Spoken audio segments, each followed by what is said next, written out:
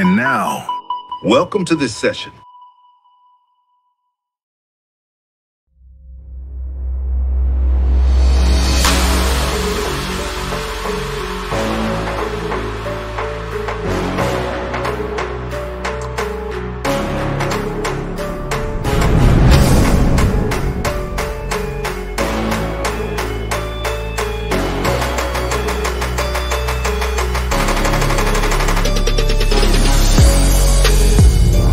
This next session explores how generative AI is transforming work, focusing on strategies for reinventing work processes, reshaping the workforce, and preparing workers for the AI-driven future.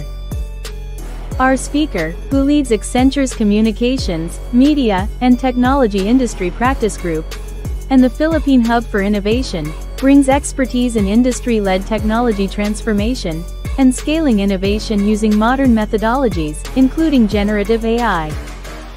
Please give it up for Mr. Arvin Yasin.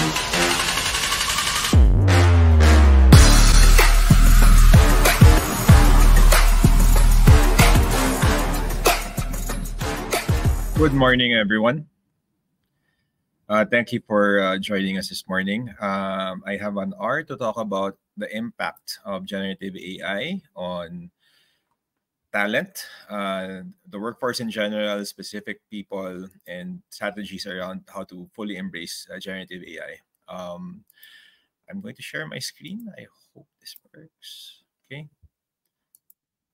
So again, my topic will be talking about reinvention in the age of generative AI, specifically around the work that we do, the impact to the workforce in general, and also the impact to workers. So I think generative AI, I don't need to explain it. A lot of people have heard of this technology for the past 2.5 years, 3 years. In the Innovation Hub, we've been experimenting with solutions across various industries. We've been working with experts both globally and locally, particularly our experts from our data and AI team, but at the same time, our counterparts in industry. And one interesting area is, again, the impact around reshaping the workforce. And the questions that we're receiving from our clients is, how do we actually prepare their employees, their teams, on not just how to use generative AI, but how to use it effectively, how not just to integrate it in their current activities at work, but how to create new types of output that will not just increase productivity, but also potentially create new business models. I think context-wise, and I won't spend too much time on this slide, AI in general has been around for actually 50 years now. But in public consciousness, people have been made aware in general about AI for about 8 years now. The earlier models were what we call the diagnostic and predictive models. These are solutions that range the gamut from simpler chatbots to simpler recommendation engines. Some other experts call these types of AI discriminative AI, right? And the idea is very analytics focused from a foundational standpoint. And the idea is really around using data to predict the next occurrence, essentially. With generative AI, building again on the foundation of discriminative AI, the idea is it creates new content. Now, the techniques are actually similar. It's ultimately about predictions. With LLMs or large language models, it's about predicting the next word. With image generators, it's about predicting the general appearance of the image, essentially, right? The other differentiator for generative AI is the ability for most solutions to explain the thought process behind it. And that's what's really built the confidence of companies and our clients around adopting generative AI as quickly as possible. Because unlike previous forms of AI, which were largely black boxes, the ability for LLMs to actually explain how they arrive at a particular response to a prompt has been a game changer, not just in building confidence, but in actually helping fine-tune responses, improve techniques to make accuracy better, to reduce hallucinations and those types of concerns from the past. I think it's also important to understand that right now, with generative AI having been in public consciousness for again about 2 years, there's still a disparity. No, the majority of workers, based on a survey that we conducted earlier this year, are actually excited and ready to learn about AI. The challenge is only about 5% of organizations are actually using AI from a talent enablement standpoint in creating uh, plans and executing them on how to actually roll out AI to their whole workforce, essentially. Now, the good thing is, and again, we've been investigating and building solutions on generative AI for about 2.5 years now. I think the interesting thing is there are early adopters that have shown the way on how generative AI can be responsibly rolled out.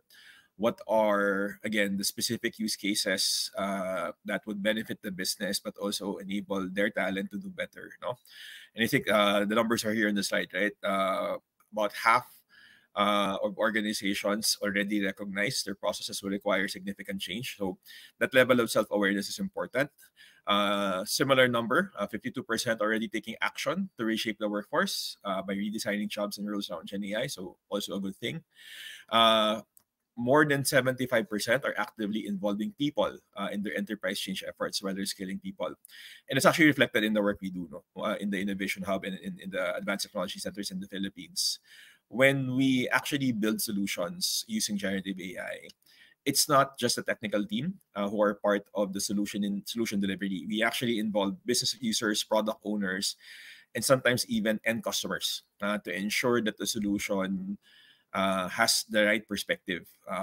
Meaning, it's not just about, again, using an LLM and plugging it into a set of other components and just deploying it. A lot of thought is actually built around finding the right business case. Ultimately, like any technology, generative AI has to deliver results, has to deliver value. And that's, again, where having the right stakeholders, including users, employees, end users also, can help pave the way. Last metric, these organizations are twice as likely to be prioritizing soft skill development in addition to technical skills. And again, this is related to what I just talked about earlier. It's really about involving everyone, not just the technology team, end users, business users in the design of the solution. At the same time, there are also specific activities that we are finding will benefit even end users, particularly around learning how to write prompts. So the term prompt engineering is something that's been thrown around for the past 2.5 years. But I think a lot of people misconstrue prompt engineering simply as writing 2 or 3 sentences and you're done. There are techniques, depending on the LLM that you're using, that will actually generate better results. And a lot of that is sometimes hidden in the esoterica, whether it's in the documentation hidden away or it's found online in subject matter expert forums, right? And that's where an organization like Accenture actually spends a lot of time determining how to actually write these prompts better as well. I think by centering on talent, on people, it actually creates a trifecta of opportunities. Number one, again, the business cases realize faster. We accelerate the actual economic value of deploying a generative AI solution. Second, there is increased productivity, which in general should drive better business growth. And lastly, it creates an engaged workforce who are made more effective and likely will stay longer by fostering, again, their more creative and meaningful activities as well. So just looking at people-centric approaches, again, and talking about economic value, what we're really seeing is that by adopting these people-centric approaches to rolling out generative AI, the economic value is estimated to be around $10.3 trillion by the year 2038.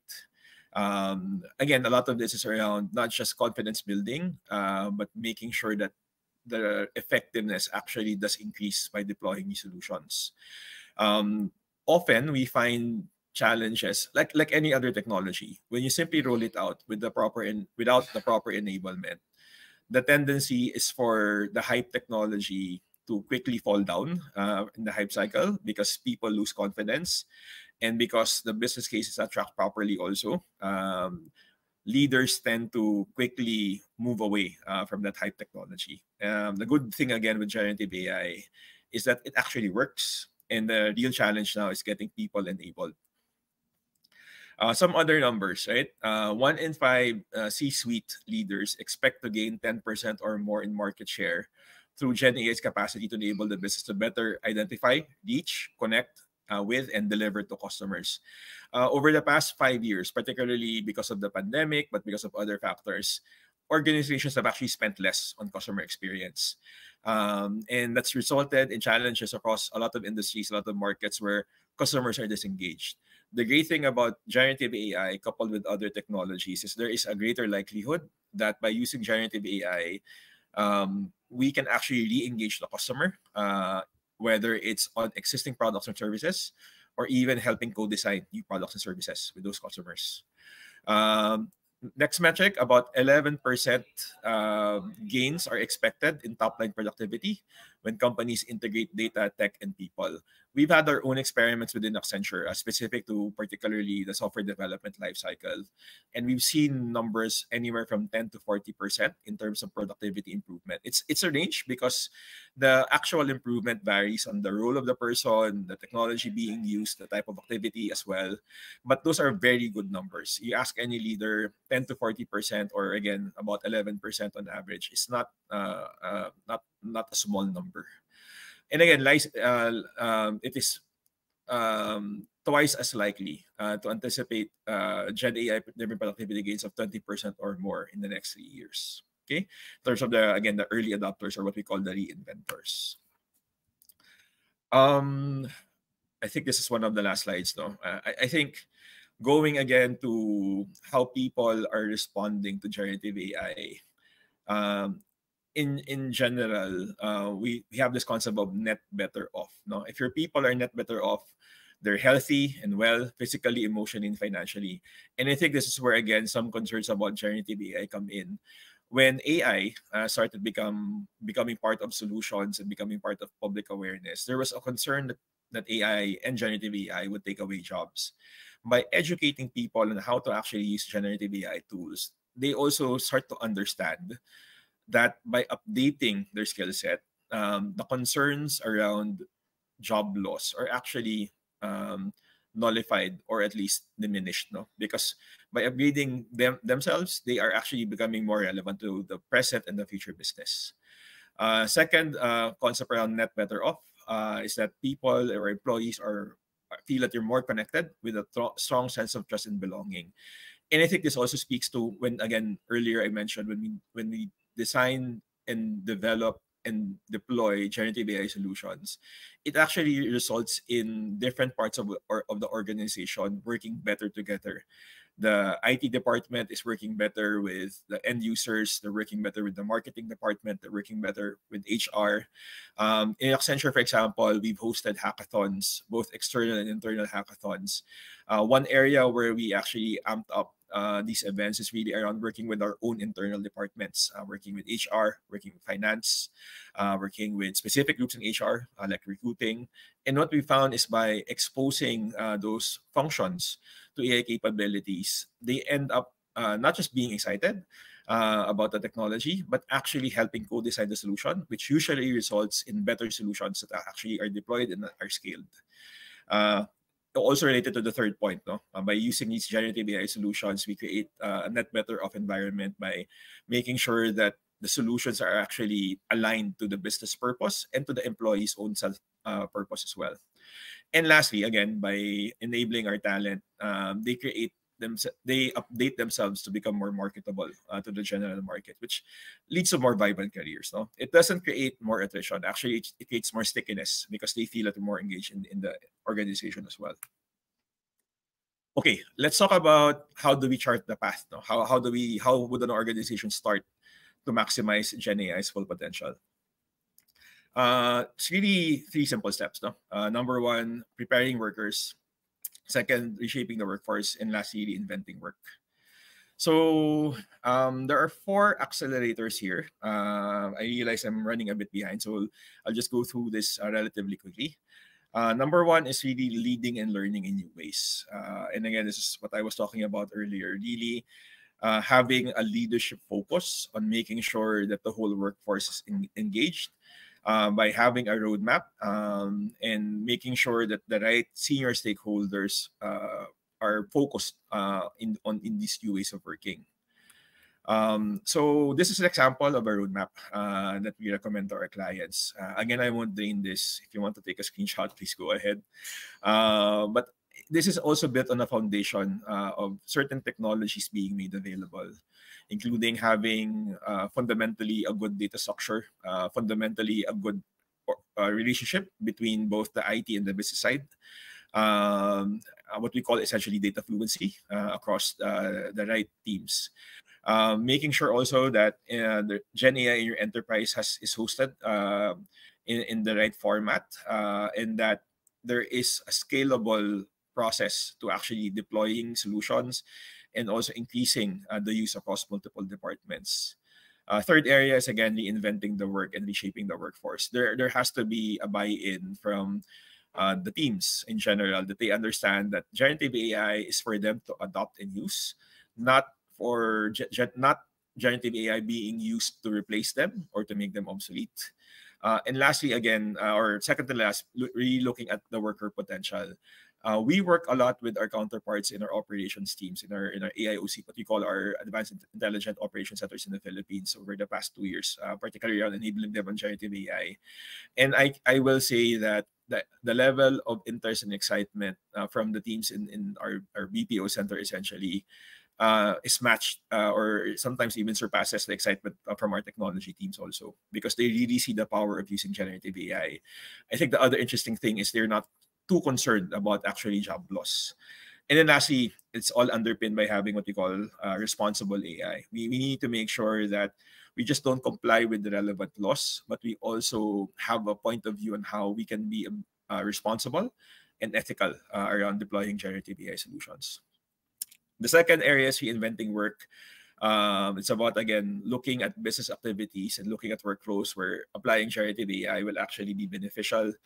A lot of this is really around making sure that cross-silo communication actually works, and making sure that, again, there's a culture that encourages people to experiment and to actually deploy these solutions. Here's an example of a consumer goods workflow. I won't drain it.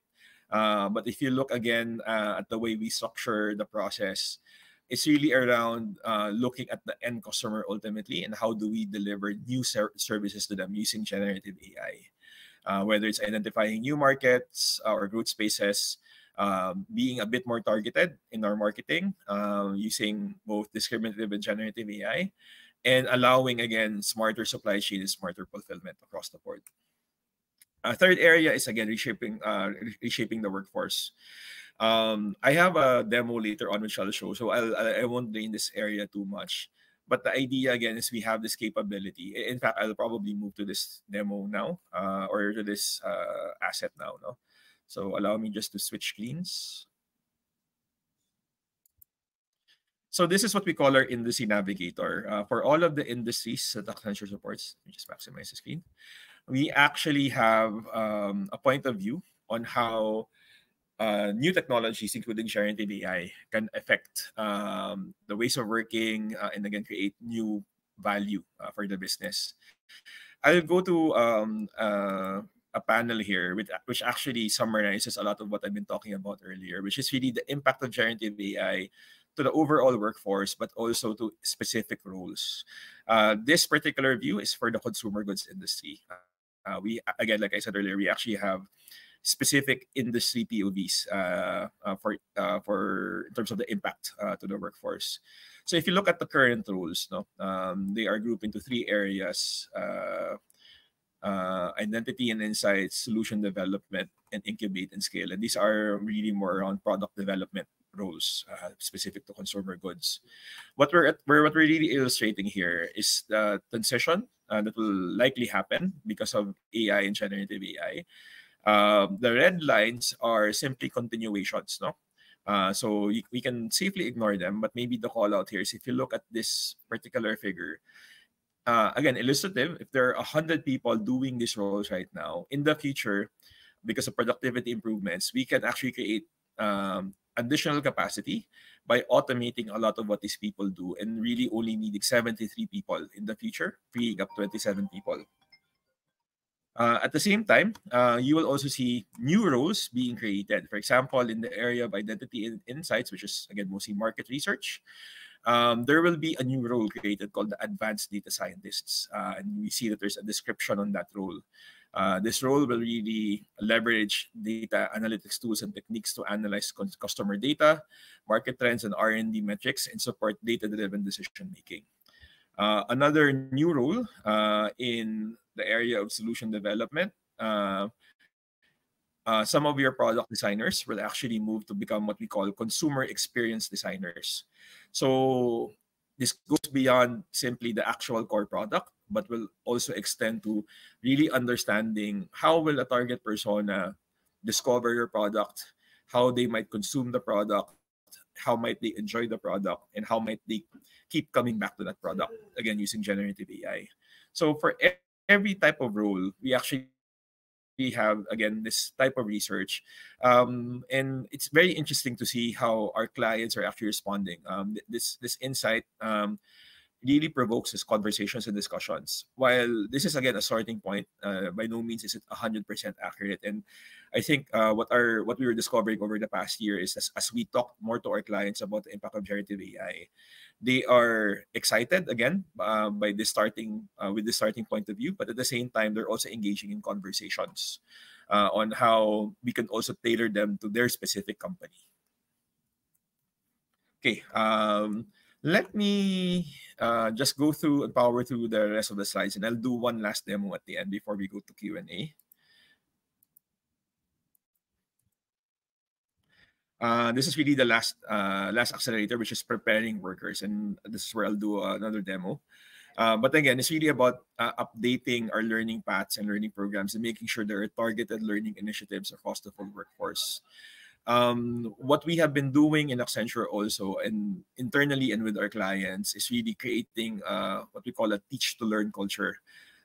We want to be able to enable everyone. So we have a program called Technology Quotient, which has been around for 5 years. These are quick nuggets of learning that our employees can consume in 5 to 15 minutes with the goal of getting them familiar with the technology.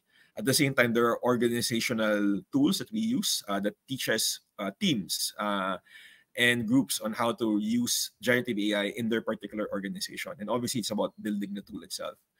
Lastly, there should be agency and transparency to make sure that people understand that this is a journey that will benefit everyone. There has to be transparency on the overall strategy, but also specific plans for their organization as well. Okay, let me just shift to a different demo. If you can give me a few minutes, I will need to switch devices.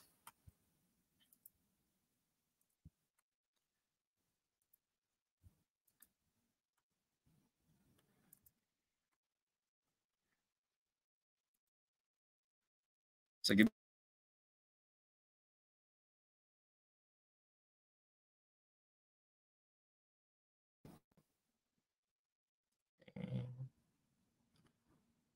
sorry.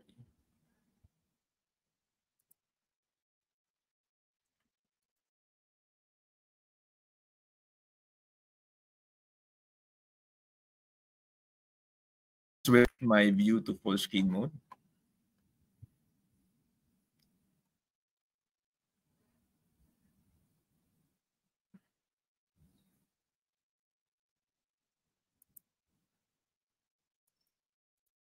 Okay.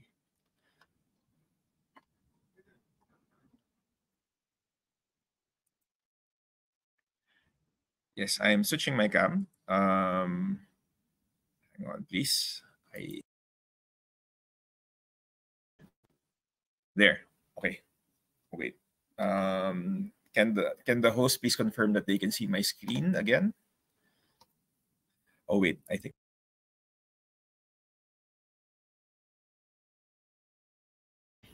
Okay, there. So what I'm showing is actually a few things. So I'm sharing my screen, and what I wanted to really illustrate here is on how easy it is for even individuals, whether working in a corporate setting or even working on their own. No, I understand there are a number of students also and academy members in the audience. Most people are familiar with ChatGPT, and if you see my screen, this looks like a ChatGPT screen. But this is not ChatGPT. This is not a cloud-based service by OpenAI. This is service that you can run locally, essentially. Now, nothing wrong with ChatGPT, by the way. My teams have been using OpenAI solutions for more than 2 years now. Similar, we're also working with other partners like Google with Gemini and AWS with Bedrock. So those cloud-based solutions are really powerful. They really are the accelerators in building these capabilities faster to our clients. No, but what I want to emphasize, sorry, with this demo is that even individuals who may not have the budget to pay for ChatGPT Pro or work for an enterprise that already has agreements with these cloud companies can actually have an alternative way of learning how to use LLMs. So the basic building blocks of this learning platform or experimental platform is really two things. There's this platform called Ollama. So this is their website. Ollama really gives the ability for individuals to run LLMs on their own machine, assuming especially if they have a GPU. No?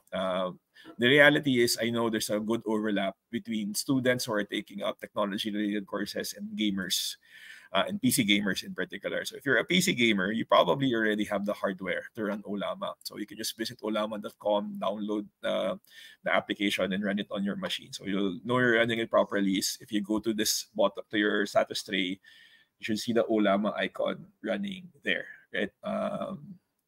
Now, once you have Ollama running, you probably do want to install OpenWebUI, which is the front end that I'm using earlier. I was showing earlier. If you don't have it running, if you don't have OpenWebUI, you'll have to run it through a command line, and it's okay. You can run it through a command line, but in general, it's better to run it through a WebUI. So I'll show you the WebUI that I installed, OpenWebUI. You can install it via a Docker container. And the great thing about this, I'll just do this full screen so we have more to see. The good thing about OpenWebUI is it's a familiar interface for most people who have played around with ChatGPT. You can download different models also. The models are available on Ollama's website, or at least the link to the models. The size of the models will really depend more on your GPU. No, most people have a GPU that has probably 8 to 10 gigabytes, so you probably won't be able to run a model of this size. No, but you'll probably be able to run the smaller models like Llama 3, 8B, essentially. No. So what I'm showing here actually is something that I did earlier. We can write a new prompt, but just to show that you can start using coding copilots, so like DeepSeek Coder and CodeLlama on your own machine, locally hosted by using Ollama. And here's something, I recreated a personal project I did about 8 months ago now. I think around the Raspberry Pi. I'm into photography. So I actually wanted to build a custom application for the Raspberry Pi so I can take photos using their hardware. I'm not familiar with this library called PyQt5. So I actually asked for help from an LLM. Back then, it was ChatGPT. Now I'm redoing the prompt in DeepSeek Coder. And it outputted the sample code. No? And I scanned this code earlier. It's about 70% correct already. So you'll need to massage it a bit, but it's a good way to actually learn a new programming language. I've actually learned more new programming languages and libraries over the past 2 years because of LLMs. No? So maybe we can just reset this so we can see the performance. I am running this instance on a machine that has a fairly old GPU, a Quadro M6000. It's like an 8-year-old GPU. But it does have one good feature though. It has a lot of VRAM, so it's able to run. Oops, I should select the model. It's able to run the larger models as a result. No, so you'll see the performance. I submitted the prompt. It's thinking right now. Let's look at how much resources it's consuming. It's starting to load the model. You can see here it's starting to consume more GPU memory. So first time you run the model, it actually loads it into memory first, so it'll take a while, and they're starting to type out the response. No, So when I tested this earlier, it took about 2 minutes for the whole code to be provided, which is a bit slow. But again, this is free technically. If you have the hardware and you have the bandwidth, you can just download the models and run it on your own machine. No? So I want to give a quick demo. No? This is, I guess, a good example of how generative AI tools are actually democratized largely. They're available to anyone who has an internet connection, again, whether to cloud or again, running through your own hardware as well. Okay, let me just end this particular demo. I'll take control back of the screen.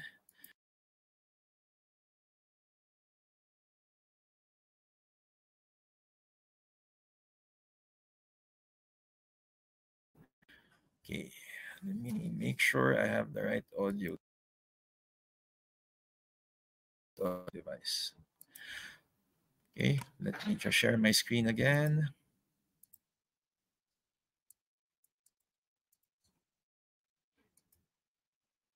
Okay. Just to end the presentation. So again, really it's about preparing talent, no, and really encouraging talent to start using these generative AI solutions.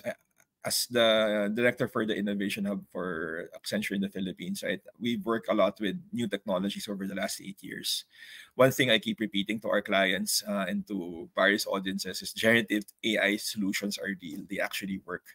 And the real challenge is getting the technology in the hands of more people so that we can start building solutions that will benefit everyone. The company, their stakeholders, their end customers, and yes, their employees and their teams. You can access the material using these QR codes. I'd be happy to answer questions that anyone might have in the next 10 minutes. Thank you very much again for your attention, and thank you for joining this morning's talk. All right. Thank you, Sir Arvin Yasit, for your presentation. So why don't we show Sir Arvin our appreciation? Yes, I'm seeing emojis. So send some more. Send some more. Thank you so much for sending your hearts, your claps, and your cheers. All right. I think we have a lot of questions for you, sir, here. So let me read the first question. This is from Stephen Separa. So the question is, what are specific examples of people-centric approaches? How do you get more non-technical people involved or engaged in Gen AI? Okay. So I'll give 2 examples. It's more of a recap of what I said earlier. Number one, it's really organizing events where you can bring both the technical team and the non-technical team together to start exploring these solutions. Again, a hackathon format is normally a good format because it brings people together in a focused amount of time with a focused objective. What's actually important when you set a hackathon is you do not constrain the thinking portion too much around problem solving. Allow particularly the business users to nominate real life problems that they have. The great thing about a lot of these solutions, whether it's ChatGPT, Google Gemini, etc., there are workflow tools which will allow you to actually import data sources relatively painlessly. So even business people can actually start interacting with the tool. Somewhat related also is actually, this is a very informal term, try not to be too selfish about the technology. What do I mean by that? What we're starting to do with Accenture, within Accenture and with our clients is actually, again, enabling even the non-technical people in certain activities, including, for example, prompt writing and prompt engineering. We're finding that even non-technical people, if trained properly, can actually help create the solution, whether it's creating a system prompt or even doing pre-population of user prompts. That's really a good way of getting also people, non-technical people involved and getting, again, great buy-in, no, from stakeholders. All right. Thank you, Sir Arvin. So I hope that answered your question, Stephen. So moving on to our next question. This is from John Ferrer. So the question is, given the rapid advancement in AI and automation, how do you see the relationship between work, the workforce, and the worker evolving over the next 5 to 10 years? What skills will be most crucial for individuals to thrive in this changing landscape? Okay, so I think one way to summarize my talk also is the workforce, and worker, they will all be upgraded in the next 5 to 10 years. No, the type of work will change because generative AI tools will allow for more creativity and more insights in general. The workforce will also change because, like I showed earlier, there will be new roles that will be created. And workers, everyone, our majority of people, maybe not everyone, I think to say everyone is probably too much of a stretch, but the majority of people will find themselves to be more valued if they actually start using generative AI in aspects of their work. No, whether you're again a product manager or product owner on the business side, you actually help design a consumer good or service, diba? Using tools such as Adobe Firefly to create potential packaging designs, or using other tools like Writer.ai to create product briefs. These are all things that are easily more available now to even non-technical people. So the impact for those three areas, workers, and workforce, is really about an upgrade in the last 5 to 10 years across all dimensions. All right, thank you. So, moving on to our next question. This is from Diane May Ramos. So, the question is, how do organizations should address ethical concerns related to the use of Gen AI in the workplace? Okay, so two things. I mentioned earlier that our advice to our clients is all AI and generative AI solutions should be designed, planned, and deployed using a responsible AI framework. And again, the responsible AI framework should account for not just the regulatory or legal dimensions, but should also have the input and consultation from stakeholders across all areas, whether it's for the end consumer, like potentially tapping consumer advocacy groups, or internally talking to groups like human resources, talking to people managers to understand what people's concerns are, etc. I think the other layer of that is, again, making sure that people understand that generative AI is a tool that they should use, they should learn. Well, number one, they should learn, and number two, they should start using. It is not a tool that is out to replace them. I think if you change that perspective, that generative AI is going to be made available to the people who can actually use it, and they should learn to use it, then it changes, personally for me, dramatically, the perspective. No, generative AI is actually a tool that can be used responsibly, and it's a tool that is out there to make people, to really make people superhuman-like. All right. So the wonderful answer, Sir Arvin, to the question. So I hope you're happy with Sir Arvin's question, Diane. So moving on to our next question. This is from Froilan Rabatan. So the question is, how do we change the leaders, the board, shareholders, perception that AI is a quick win and deliver money value in a short time, most likely by replacing people with AI? Okay, so Froilan, I'll answer your questions in maybe it might look at they're contradicting, no, but there is a challenge to discover those business activities where deploying generative AI will pay off faster. And over the past 2.5 years, working with our clients and working with teams around the world, we have been able to find those use cases.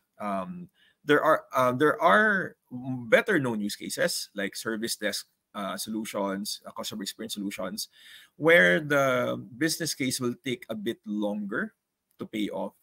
What's important there is to identify the business metric that you're really trying to affect, and ultimately, what is the customer experience they mentioned. Often, what we hear is, oh, we want to improve a metric such as net presenter score, or we want to improve a metric such as turnaround time. Being too focused on those existing metrics often lead to two potentially negative outcomes. Number one, focusing on those basic metrics, sometimes we forget that ultimately it's about customer experience. Second, by focusing on those metrics, you can also deploy a solution, improve the metric, but not actually deliver the business value. So when a client comes to us and says, "Oh, we want to deploy a generative AI solution for customer service because it will improve our turnaround time," the next question should be asked is, "So what? So what if you reduce the turnaround time? Is that the key metric for improving customer satisfaction? What is the basis for that? Is that part of a survey or a study? If you improve net presenter score, the question is, so what? Does it improve upselling? Does a company generate more revenue as a result?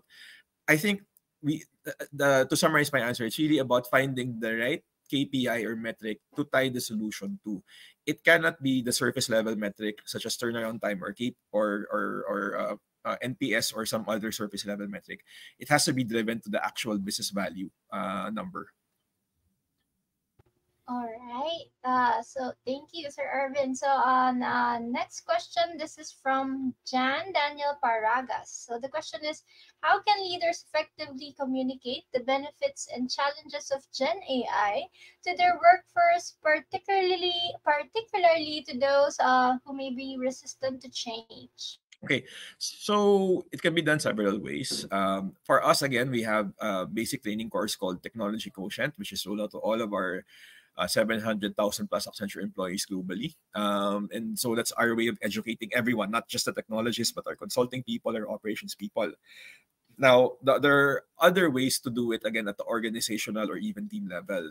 What I really recommend is for people to talk to the experts who can give more concrete and targeted and focused answers on how generative AI can actually be used in their specific industry, in their specific activity.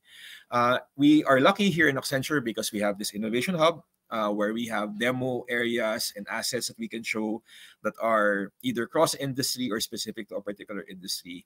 99% of the time, when we show these demos to visitors, they immediately get the messaging that generative AI actually is beneficial at all levels. It's beneficial to the business, it's beneficial to the customers, it's beneficial to the workforce. I think when people talk about it at a very high level, no, and they only show PowerPoint slides, they don't show the actual tool being used and how relatively non-complex some of the solutioning is. That's where people are a bit hesitant of the technology. Okay, so moving on to our next question. This is from Armand Gison. So the question is, generative AI surely simplify things. However, isn't this also affecting workers' creativity and critical thinking? Finding the right prompt is one, but when things are generated to you on your need is similar to an instant noodles. That's Sorry. I think this is a statement. Okay, It's a comment. Okay. It's an opinion, sir. So but he has another question. This is to second Sir Stephen's question earlier. So the question is, any concrete example of people-centric Gen AI implementation? Okay. Actually, let me answer the comment first. It's a concern that people have raised. Is Gen AI oversimplifying things? Is it reducing creativity? Is it reducing critical thinking? The answer to that question is like any other new technology. Gen AI can also be misused, which will result in bad behaviors and bad practices. I'll give you two concrete examples. No, when we started rolling out coding copilots to our own technology team members, there was a concern raised that particularly for entry-level people, for new joiners from college, if you give them access to these tools immediately, they will not learn to code efficiently. They will not learn best practices faster, and they will not learn the right behaviors as a technologist, as an engineer, as a software engineer. And that's actually partially true. Meaning giving a coding copilot to someone who only learn about coding in college, mostly from a theoretical level, that could have a detrimental impact. So what we are doing is we're adjusting our strategy. We are making these tools available to everyone who might need them, but we also ensure that the focus is the tool is only there to help you build the initial pseudocode, to build the initial structure. There is a need to do the right processes before and after. A good software engineer creates an outline of their algorithm first before they actually start coding. Generative AI, a coding copilot like GitHub Copilot, can be used to aid in that process, but they should not be fully dependent on that process.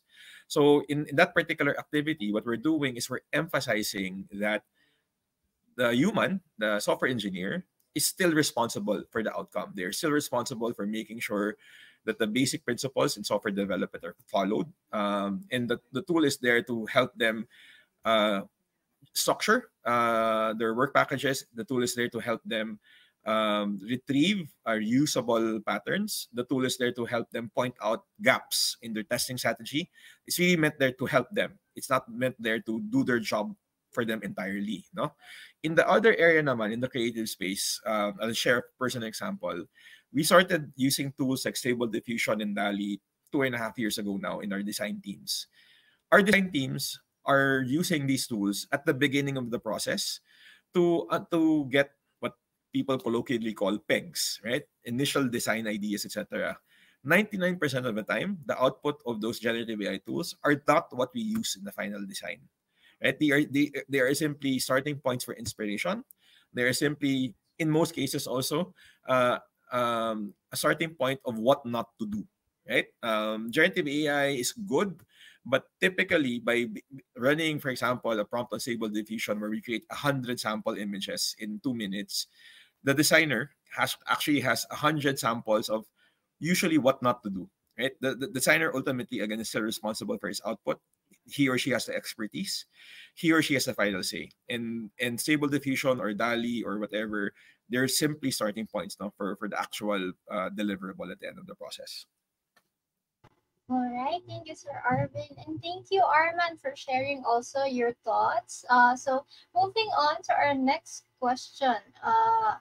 I think this is from Francis Fernandez. The question is, one significant concern about AI is how it would replace human workers. So how can AI and people work hand in hand, and what are the tasks that are specifically undoable without genuine human input? Okay, so I kind of answered this question partially over the past few questions also. No, I personally believe that AI will not replace people wholesale. They are a tool like any other new technology. I think what will to answer the question specifically, what tasks are specifically undoable without genuine human input? I think the basic answer to this is simple. For now, AI can't read our mindset. No, you still have to enter the prompt. You still have to give it input. The quality of the response to the prompt is still largely based on the human's ability to write a good prompt, to write good follow-on prompts, and also to have the right domain expertise to be able to tell that the AI is actually giving good output. No, so the human cannot be totally eliminated from the loop. The human has to stay in the loop, particularly in areas such as customer experience, healthcare, anything medical related. These are particularly the last two. Those are life and death situations, no? Where on the human side, it takes years for a doctor to get their specialization and to get the right expertise. AI in those fields are really meant to help the experts understand multiple data points, the multiple data sources, to potentially identify conflicts in treatment, to potentially identify missing tests that need to be performed. But ultimately, the doctor is still the expert. No, so it's a rather extreme example, I know, but I think it's an activity that we can all relate to. I don't think anyone, or maybe the majority, maybe there will be one or two people, but most people would still want a human doctor treating them, right? Because it is their life and it is their health, right? So if you take that very extreme example and dilute it down, that actually covers multiple aspects already. Now, having said that, I think part of it is very basic tasks, that are usually handled by some chatbots now with some effectiveness, will actually be better handled by generative AI solutions also. So I think there will also be a shift in customer experience expectations. Again, there will be areas such as healthcare and medicine where there will be less aggressiveness. But in some other areas such as customer experience, etc., I think we will see people being a bit more open to interacting more with mostly AI solutions, no? But again, the human touch is still there. Actually, one area that we're also researching is how different conversational flows are, not just on English, no, but if you think about the way we do customer experience in the Philippines, most generative AI solutions out of the box are not actually built to address the way we do things in real life in the Philippines also. Even the way we speak, diba, the languages that we have, or the dialects that we have, and even the non-verbal signals that we give, no? Particularly as Filipinos, we point with our mouth, diba? We nod with our eyebrows. These are things that generative AI can't do yet also, for now. All right, thank you, Sir Arvin. So, this is another question from Stephen Separa. So, isn't Gen AI even more of a black box than previous diagnostic predictive models? The size and scale of LLMs deters most efforts to scrutinize, perform individual in-depth investigation, plus the explainability of how this gives results are low. Okay, so very technical question from Stephen. You are correct that as models get bigger, the explainability does suffer a bit. But in general, compared to previous block boxes such as chatbots, simpler chatbots, and computer vision models, there is a better explainability, no, with LLMs. Now, having said that, yeah, there is also still ongoing research on how to make things a bit more transparent. There are challenges definitely in having full explainability and transparency. There are also accompanying challenges on areas such as if a customer's data was used in building a custom model and the customer wants to be forgotten, how do you actually remove that customer's data from the model that's being built? How in a very efficient manner, no? So I won't pretend to have all of the answers, Stephen. No, these are conversations that are good to have with specialists who are really deep into this area. But I think in general, when we start building our solutions, one thing that our clients definitely appreciate is something as simple as asking ChatGPT or Gemini a question and asking it to cite its sources. There are techniques to making sure that it's not hallucinating when it's creating both the answer as well as the source references. We know it's sometimes easy to make these LLMs lose their way and start hallucinating. But again, that first level responsiveness on, okay, please cite your sources, please explain your answer. In general, our experience is the accuracy is there, and that's what some of our clients value. No, but that doesn't again solve na it doesn't have full transparency or full explainability yet. That's again a work in progress. All right, thank you, sir. So, this is a question from JC McCann. So, could you please share three key elements that an organization must focus on to successfully incorporate generative AI, enable it effectively? Okay, so I'll start with the foundation, which is responsible AI. There has to be a group, whether it's a council of senior stakeholders or even external parties that can be tapped, that will ensure that any generative AI or even AI solution is designed, developed, and deployed responsibly. So that's the first element, which is actually the bottom. So maybe call it element number 3. The first, the other two elements are, again, having a data strategy across the organization that incorporates not just the IT side, not just the business side, but all aspects of the business, whether it's the customer-facing side or the more operational, manufacturing, supply chain, etc. side. No, now the good news is most companies are a bit more advanced in that particular element. No, having the proper data strategy and a proper data organization across the whole company. So that's mostly good, mostly done. I think the third element would be a process wherein the whole business can start to audition use cases for generative AI. And part of that audition is number one, understanding if the technology really works, which is, again, like I said, for the most part, they all generally work. Second, making sure that the business value mapping is actually done. I didn't say this earlier, but one thing that we do tell our clients is the days of writing a business case where the return on investment is 2 years from now, 3 years from now, we need to adjust that a bit. With generative AI, the ROI timeframe should be reduced to 6 months or a year. And we say that because of two things. Number one, the technology changes quickly. In writing a business case that won't pay off for another 3 years, it jeopardizes the entire business case, whether it's actual value or confidence in the solution. Second, again, in general, I advocate for a lean design approach also. So being able to build a smaller scale targeted solution that doesn't target maybe the whole customer base, but a certain subpopulation, thus proving the business case faster, just generally benefits everyone also. So again, just to recap, the three elements are having a data governance and data structure and data strategy across the organization. Number two, having a process where the organization can identify the early use cases and having an agreed upon business value mapping strategy. And third, having a responsible AI framework.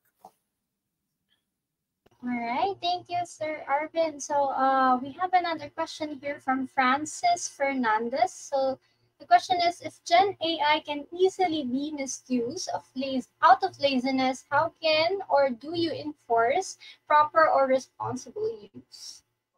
Okay, so it's a very general question. So maybe we should apply it to specific activities.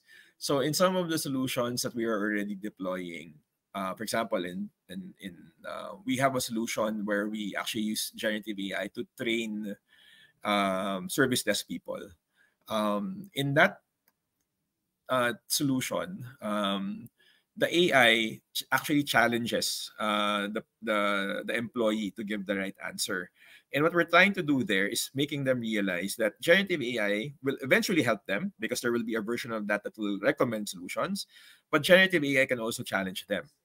They can create scenarios where the customer is already irate. They don't want to listen to reason anymore. They want to escalate to the manager, to the vice president, to the CEO. And by putting employees to that particular training solution, they also realize that AI will eventually help them as an assistant, but AI can also challenge them. And by having that loop where AI is both challenging them through training, but also helping them, they realize that their role is still very important in the loop. There are also controls that we design. No? Ultimately, these recommendation engines, these assistants, they do not directly interact with customers. The human agent still has to talk to the customer, still has to reply to the customer via email or via voice. So there is still that stake that they have, no, as the actual communication channel for the customer. So they cannot simply just pass it on to an AI and it will respond on their behalf. All right, so I think this would be our last question that we can accommodate since our time is almost up. So this is from Sheila Vitangkol. The question is, what are the potential benefits or maybe risks of integrating generative AI tools into the workplace, and how can organizations effectively manage these changes for their workforce? Okay, so Sheila, I think benefits, I've talked about them, no? Greater engagement, greater productivity, potentially bigger business ultimately, no? The risks are, again, I've covered them already. It's really about making sure that there's a proper strategy, there's a responsible AI framework. We do not want to also, again, alienate customers by pushing solutions that ultimately don't deliver customer experience, a positive customer experience. No, there have been many experiments in the past where it was with good intentions, no, but by not actually addressing the customer pain points, the people just get more wary of the technology. So ultimately, again, the ways to avoid that, going back to this topic, is to make sure that all stakeholders, not just the technologists, but the marketing department, the product development department, the HR, finance, all of them are properly engaged where appropriate so that the solution ultimately delivers positive customer experience and positive business value. All right, so I think that's all the questions we can accommodate due to our short time. So thank you once again, Sir Arvin, for answering the questions. Now, I know you have a lot of questions, so hold on to that question since you can chat with our speaker, Sir Arvin, through the AirMeet chat box. So you may reach out to him and he can answer your questions, or you may just mingle.